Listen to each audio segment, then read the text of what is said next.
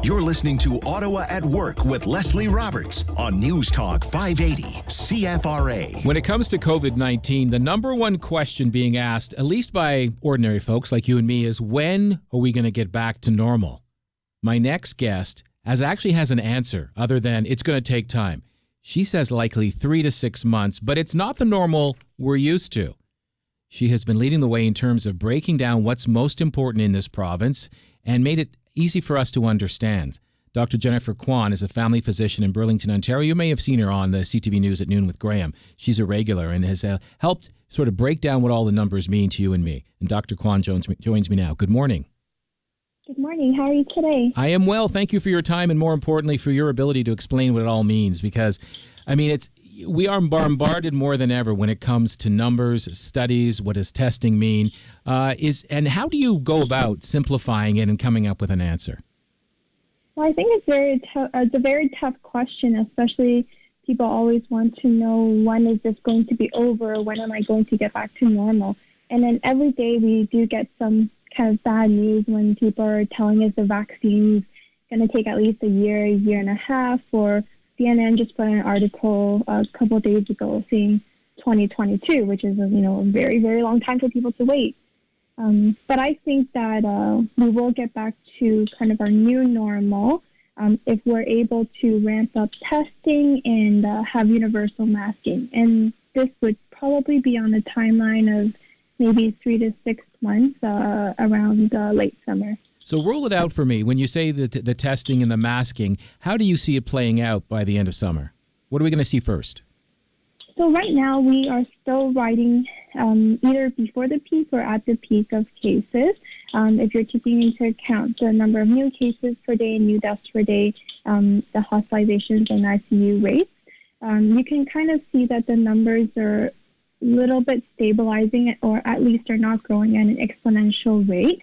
Now, after riding the peak, it's still going to mean there's a prolonged period where people are still sick, taking up hospital beds, and we still have to wait for the cases to come down. Now, given it maybe another month or so, if you can see 2 weeks of consecutive decrease in the rate of change for new cases and hospitalizations, ICUs, then the officials may consider reopening gradually. So they might allow small gatherings of 10 to 20 people. They may allow people to go back to work, if they're kind of essential, or they may open up a little bit more than what it is now. So give me an example, like restaurants with half the capacity. Is that in that picture or scenario? Yeah, I would guess so. Obviously, we're still waiting to see what the officials say, but right now, restaurants are only open for takeout or delivery. I could see that, the importance of supporting small businesses, and if they're able to reopen with all these extra precautions, widely spaced tables, fewer people going in at one time, then they may allow that maybe by June or later. Sounds to me like you don't expect the school year here to resume. It's going to be canceled, in your opinion, I guess, given your prediction there, right? Yes, I think so. Because children, as you know, they don't really get very severe symptoms of the disease.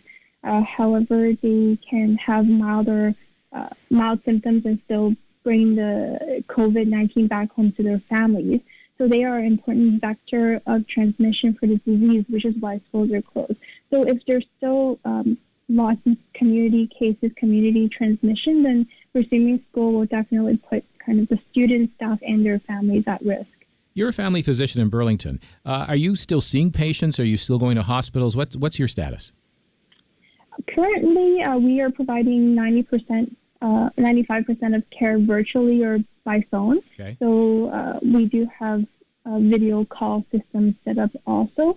We still have to provide in-person care for urgent cases, for babies, for vaccinations, and prenatal care. So these are still very, very important things. And I think people, if they have a concern, don't be afraid to ask your family doctor and see if you need to be seen. I know some people are holding off on seeking medical attention because they're worried about COVID, but you can always give your family doctor a call and see what they suggest for you. I don't know if you've been watching closely what's happening in Quebec, but because of the nursing home issue there, and there's some real tragedies unfolding, even worse if it's possible, in the province of Quebec than here. And they're calling on people who work in hospitals, even family physicians, to possibly go and help out in some of these homes. Do you see that happening here? How do you feel about that? I can definitely see how right now long-term care retirement homes, homeless shelters, other vulnerable populations are in need. I actually did get an email yesterday from the local group of family doctors, and apparently we've been asked to sign up for a list in case retirement homes need some extra support. So I think a lot of measures Ontario is taking is just a little bit proactive in case the surge comes, in case there's more worsening of the situation. So I think it's good they're making a proactive progress because we don't want to, be in a situation where there's so many tragic deaths in the retirement home. There's nobody helping. Whenever I have a medical person on these days, this is one of the questions I asked, and as you're the one who kind of crunches the numbers and sees the sectors that are hardest hit, do you feel we've let our seniors down? You know what? That's a very tough question. I think that we need to value our elders. I think they're very important members of society, and it was very disappointing in the beginning when people were saying, well, COVID-19 only affects our elders. Our elders are very important. We all have, parents, grandparents, relatives, friends who may be older, and I think that we need to protect them. So I think with the long-term care outbreaks right now, that's definitely a major issue. And there needs to be many things to be implemented immediately to prevent further tragedies. I know they've, expanded testing for outbreaks. They've advised people to not work in multiple retirement homes. So I'm hoping these measures will kind of contain the numbers and prevent further deaths. Talking with Dr. Jennifer Kwan, family physician in Burlington, and if you watch CTV News at noon, Graham has her on often, and they're crunching the numbers and making it at eye level so we can understand how the trends are happening. So it's a little less, confusing because a lot of people are confused because we're bombarded with so many facts. Dr. Kwan, we know in the city of New York they're now making it mandatory to wear masks. That's the density is a big issue, of course, but so are the numbers. That's the hotspot in the United States, if not the world. Do you see a day where we are going to be here even in Ottawa or in Canada where we will, have mandatory masking in the new normal? That's a very good question. I think that we can look at trends around the world in other countries to see where we will be at. And I think because I do believe universal masking is going to be a key factor in reducing transmission to the point where we can get back to normal. So I think that it will come to us. I think that similar to New York, we will have to wear a mask if we're going out anywhere that can put us within 2 meters of one another. So whether that be restaurants, work, grocery shopping, I think that masks will be mandatory, if not strongly recommended. Now, describe for me the masks. It's not an N95, right? It would be even the homemade ones that were all the DIY masks that are happening now. Exactly. So right now, with PPE, we are still hoping that surgical masks and N95s are reserved for frontline workers because those offer the strongest protection for people who are at high risk being exposed to COVID-19 patients or even other patients that could have it.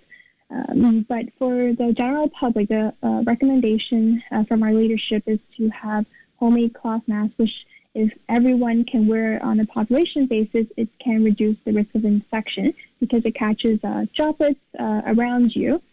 So we basically have to assume at this point that everyone is an asymptomatic infected person. I'm not saying everyone is, but that's how we have to think so that we can protect each other from COVID-19. I'm just looking at the numbers. They've just been released here in the province of Ontario. 514 new cases. We're now at 8,961.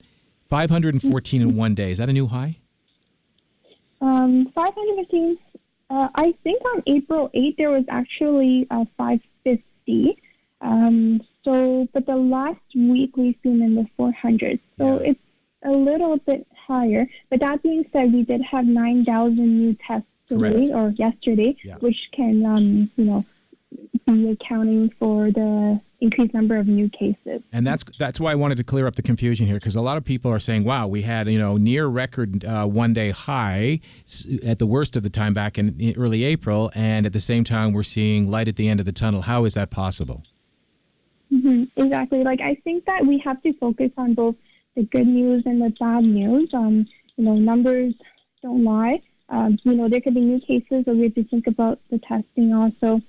For new deaths today, it looks like there's 38, which is less than what there was yesterday. There was 51.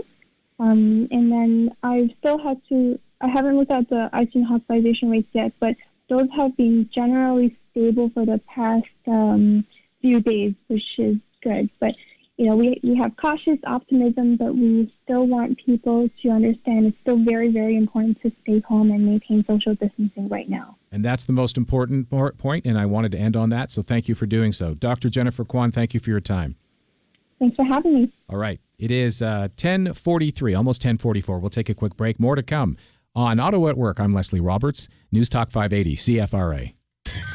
You're listening to News Talk 580 CFRA, Ottawa's home for breaking news.